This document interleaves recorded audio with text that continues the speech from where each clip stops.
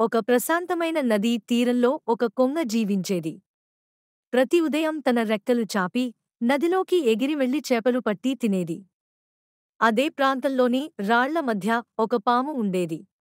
అది అప్పుడప్పుడు ఆహారం కోసం నదికి వచ్చేది. వేడి మధ్యాహ్నం కొంగ తన గుడ్ల గూడు దగ్గర కాపలా కాస్తూ ఉండగా ఒక పాము నెమ్మదిగా ఆ గూడు వైపు జారుకుంటూ వస్తోంది. ఒక కొంగ రెక్కలు విప్పి గట్టిగా అరిచింది. అక్కడే ఆగు పాము! నా గుడ్లకు దగ్గరగా రావద్దు. అవి నా పిల్లలు, నా భవిష్యత్తు. పాము శీష్ అని శబ్దం చేస్తూ అంది. నాకు ఆకలేస్తోంది. నీ గుడ్లు నా కడుపు నింపే ఆహారం మాత్రమే. కొంగ గుండె బలంగా కొట్టుకుంది. పోరాడవచ్చు అనుకున్నా పాము చురుకైనది, విషపూరితమైనది. అజాగ్రత్తగా దాడి చేస్తే గుడ్లను, తన ప్రాణాన్ని కోల్పోతానని గ్రహించింది. ఆలోచించి కొంగ నిశ్శబ్దంగా ఇలా అంది. పాము! నా గుడ్లను నువ్వు తింటే నేను ప్రాణం ఉన్నంత వరకూ పోరాడతాను. కానీ నువ్వు సంతోషంగా ఉండే మరో మార్గం చూపగలను. ఒక బురద చెరువు ఉంది. అక్కడ వందల కొద్దీ బల్లులు కూస్తుంటాయి. నీకు ఇక ఆకలే ఉండదు. పాము కాసేపు ఆగింది. తన నాలుక కదిపి ఆలోచించింది.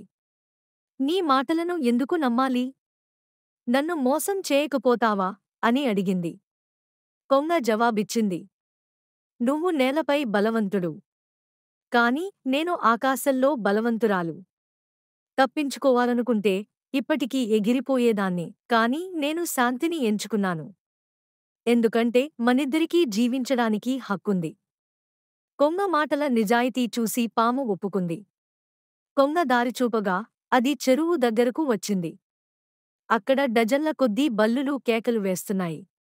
పాము వెంటనే దూకి ఒక బల్లిని పట్టేసింది. ఆనందంగా తిన్న తర్వాత పాము కొంగను చూసి అంది.